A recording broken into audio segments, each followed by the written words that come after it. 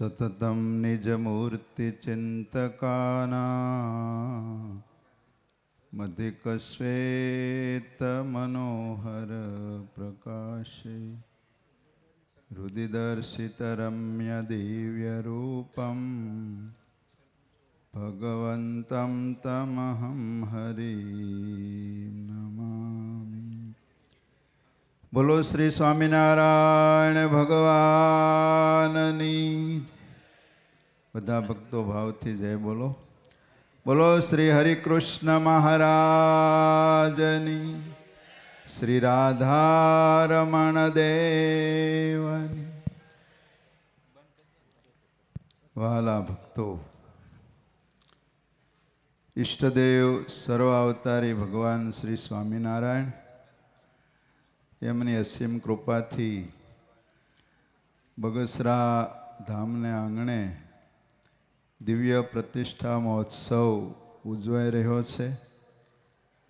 તો આ મહોત્સવમાં સરસ મજાની શ્રીમદ સત્સંગી જીવનની કથાનું રસપાન આપણને કરાવતા એવા વાલા વાલા વક્તા મહોદય શ્રી પૂજ્ય વિવેક સ્વરૂપદાસજી સ્વામી અહીંયા સરસ મજાની ગઈકાલે દિવ્ય અને ભવ્ય મંદિરમાં અક્ષરધામમાંથી શ્રીજી મહારાજ સ્વામિનારાયણ ભગવાન ખુદ વિરાજમાન થયા એવું મંદિર બનાવનાર, એના પ્રણેતા, આ મહોત્સવના પ્રણેતા એવા પરમ પૂજ્ય સદગુરુવર્ય શ્રી લક્ષ્મીપ્રસાદદાસજી સ્વામી તથા સરદાર મંદિરથી પધારેલા પરમ પૂજ્ય સદગુરુ શ્રી નિત્ય સ્વરૂપદાસજી સ્વામી,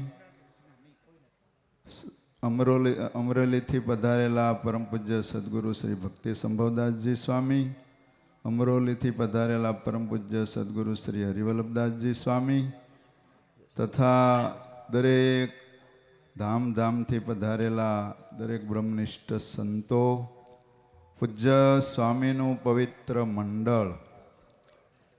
આ સંતોએ બહુ અથાગ પરિશ્રમ કરી અને આ બગસરા ધામમાં ભગવાન સ્વામિનારાયણ આપણને આપ્યા છે.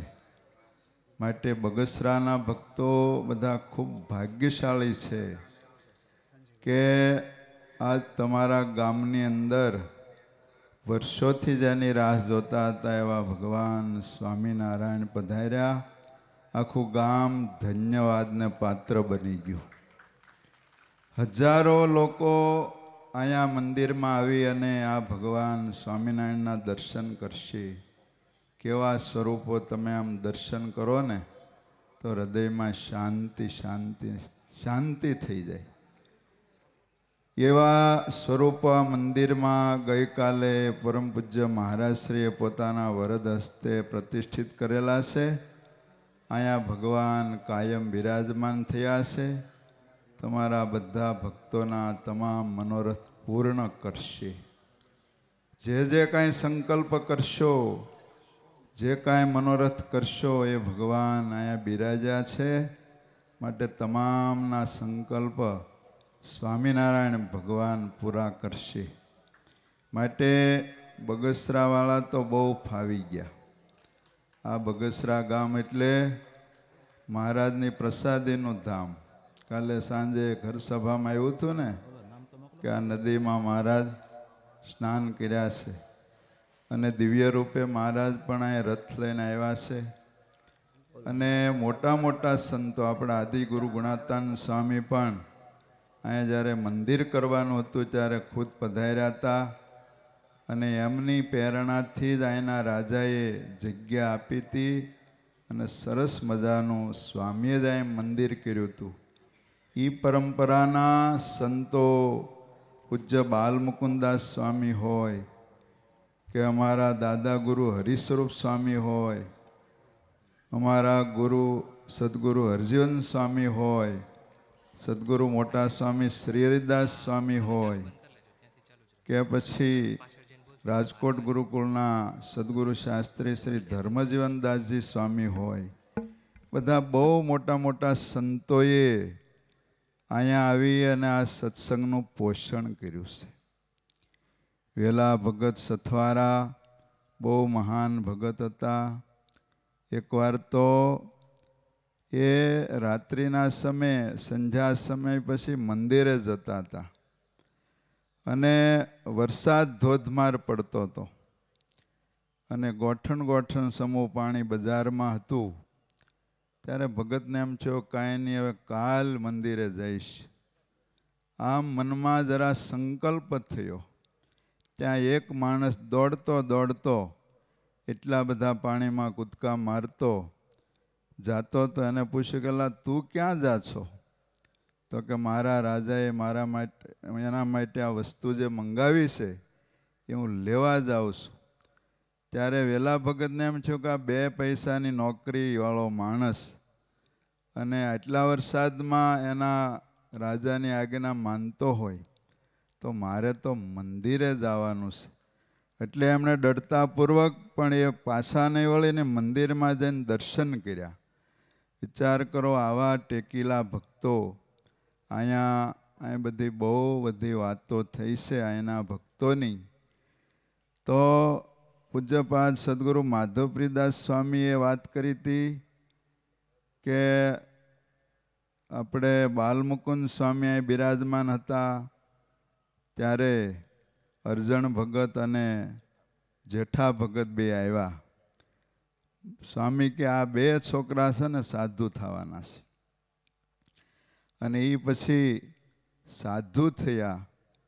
પણ ગુણાતાન સ્વામી જ્યારે અહીં બિરાજતા હતા ત્યારે એ અરજણ ભગત અને જેઠા ભગત દર્શન કરવા આવેલા અને સ્વામી સ્નાન કરતા હતા. ત્યારે એ પાણી પ્રસાદીનું હતું ને એ અરજણ ભગત લઈને માથે ચડાવતા હતા. ત્યારે જેઠા ભગતને કીધું કે લો ભગત, આ પાણી માથે ચડાવો, કરોડો જન્મના પાપ બળી જાય એવું આ પવિત્ર પ્રસાદીનું પાણી છે. અને એ ભગતે માથે ચડાવ્યું. એના પ્રતાપે આ બંને સાધુ થયા. અને પછી બંને ત્યાં જૂનાગઢ ધર્મશાળામાં રહેતા. ત્યારે નાનદાસ સ્વામી યાદ કરાવતા કે નિર્ગુણદાસ સ્વામી ઓલું બગસરું સાંભળે છે, એટલે આ વાત સ્વામી અમને યાદ કરાવતા હતા. તો વાલા ભક્તો, કહેવાનું કે આવી આ પ્રસાદીભૂત ભૂમિમાં આ સંતોએ અથાગ પરિશ્રમ કરી અને આવું મોટું દિવ્ય ભવ્ય ગગનચુંબી મંદિર બનાવ્યું. આજ એની ધજાઓ લહેરાઈ રહી છે.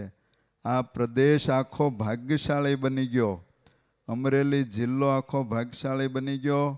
બગસરા તો ભાગ્યશાળી ખરું જ, પણ આયના જે ભક્તો, આ પ્રદેશના ભક્તો એ બધા જ ભાગ્યશાળી બની ગયા છે. અમારે સદગુરુ શ્રી લક્ષ્મીપ્રસાદ દાસ સ્વામી બહુ પવિત્ર સંત છે, બહુ ભગવાનના સંત છે, જેના હૃદયમાં ભગવાન સિવાય બીજી કોઈ ભગવાનને પ્રસન્ન કરવા સિવાય બીજી ઈચ્છાઓ નથી.